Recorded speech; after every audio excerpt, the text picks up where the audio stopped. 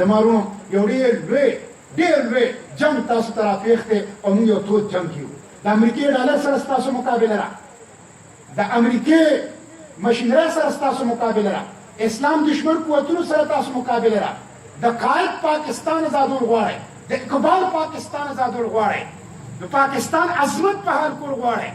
دا د کرپشن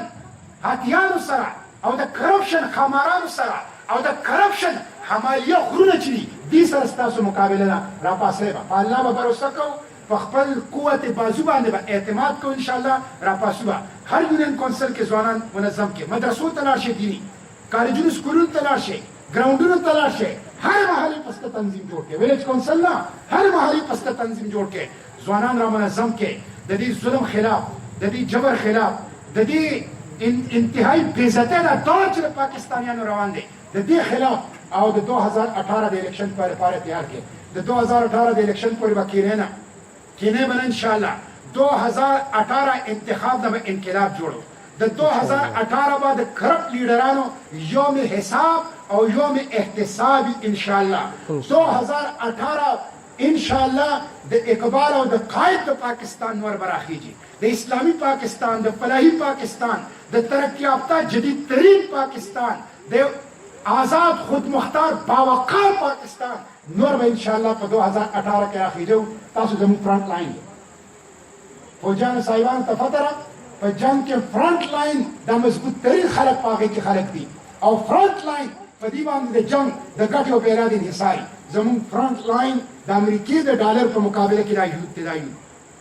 زموږ فرنٹ لاین د کرپشن د اتیانو خلاف دا یو تاسو باندې زموږ اعتماد دی تاسو باندې زموږ بروسه ده تاسو به راپاسئ انشاءالله دا قیادت پکوئ او دا درته زه خبره وکړم تاسو وګورئ چې ایمرجنسي راشي دا اوس سیلابونه دي که فرض که ایمرجنسي راشي او سویل انتظامیه ناکامه شي نو بیا خلک فوج راغواړي فوج سیاستدانان ناکامه شوي دي او یا کاله کې سیاستدانانو ملک لوټ کا پاکستان دو ټوکړې کا پاکستان بې عزته کا اوس د سیاستدانانو نه امید نشته ایمرجنسي ده ایمرجنسي کې تاسو ته خلک ګوري ټول پاکستاني قوم یوت ته ګوري ټول پاکستاني قوم یوت ته ګوري تاسو اکثریت یې راپاسئ به د کریمي جنډه به اوچتوئ د پاکستان جنډه به اوچتوئ حافظ حمید الله صاحب تاسو ته خپل پروګرام درکړو دا خپل یوت به انشاءالله را منظم کوو او 2018 نه به د پاکستان کې د دې نه اسلامي انقلاب ته دا زما یقین دی چې ستاسو په لاس کې حکومت 50% په سنټ کې په قومي اسمبلی کې صوبایي اسمبلی کې تاسو یې د دې مطلب دا ستاسو حکومت دی موږ د ځوان حکومت راوستل غواړو ستاسو حکومت چې راشي بجلی لوډ شیډینګ دا زما دا د سره زه په ضمانت طرف کوم چې ستاسو حکومت راشي د JIU ته د جماعت اسلامي حکومت راشي 500 کالو کې پاکستان ایشین ټایګر او 10 کالو کې پاکستان سپر پاور پاکستاني سپر پاور پاکستان موږ به قرضونه نه لرو موږ نه به خلک قرضونه لري موږ به بار ملک ته خپل ځوانان د نوکرۍ لپاره نه لیږو د بار ملک خلک په خپل ځوانان زموږ د نوکرو لپاره دلته رالیږي دلته د هېڅ کمی نشته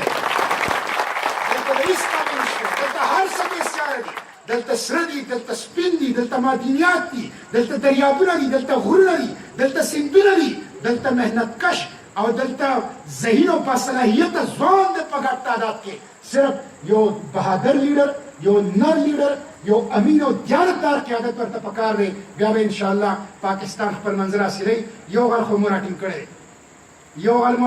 دی خو دې نورو غلو ته هم چې تاسو مو خوشحالېږئ تر هغې پورې به زموږ دا جنګ جاري تر څو پورې مو چې ټول غله په ډېر اسماعیل خان او پاري پور او پاړیاله جیل کې وردننه کړي دي او د پاکستان حکومتونه خلاص کړي